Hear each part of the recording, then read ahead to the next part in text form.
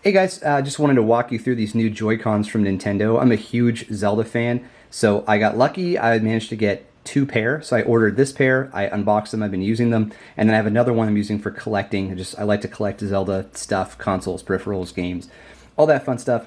And one thing that really jumped out at me, I didn't plan on doing this video, but I unboxed these expecting to see what I saw online and all the pictures on Best Buy and Walmart and stuff. And what I got was something totally different. Hopefully you can already see it.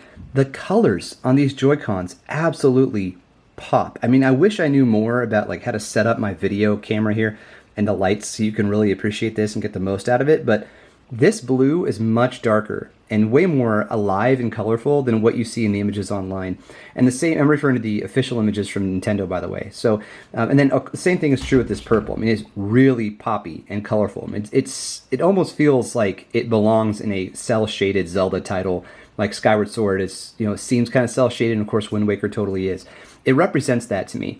And the level of detail that went into this also I don't think you can appreciate unless you see it in person. So first of all, you have this Triforce symbol that's etched in. It looks really good.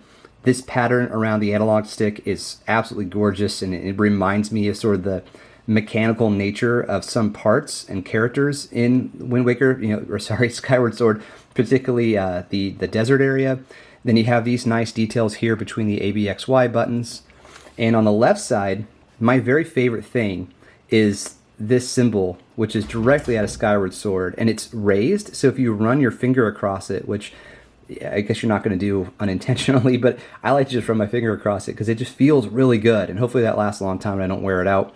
And then the same is true for all these other patterns. I mean, they all look really good. High quality, nice shiny gold, contrasts really well with the blue here or the purple here. And Nintendo took it a step further. When I got these, I unboxed this portion of it. I don't know what these are called, but you can put them around your wrist to really secure your Joy-Cons. My kids use them all the time whenever they play like Mario Party and stuff, because we don't let them flying off, don't want the controllers flying off their wrists. And so first of all, the white's a good choice because it contrasts well with both the blue and the purple. But furthermore, I was looking at this band and I thought, man, this looks really familiar. It seems intentional. Everything else is intentional, but I don't know. Maybe it's just I'm wrong, right? The purples are about the same, the blues are about the same. And then as I was playing the game, I noticed that Fee, her legs are the same pattern, or similar pattern, but same colors. And then if you look at the hilt of the sword, the Master Sword, it's the same thing too.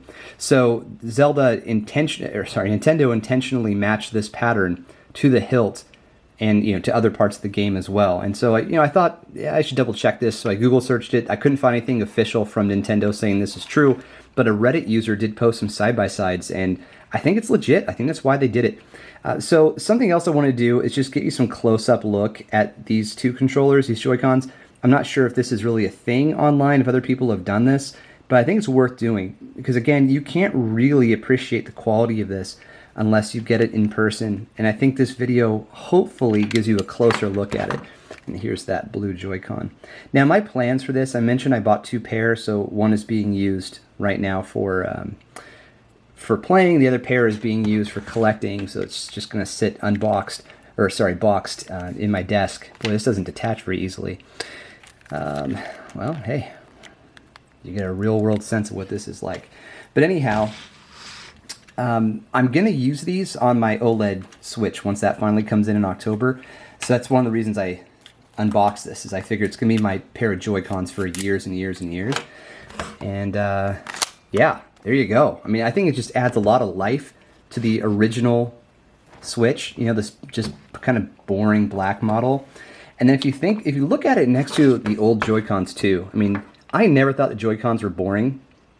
The gray ones, at least. It never occurred to me, I should get some colorful ones and replace them, even though, Nintendo does sell them.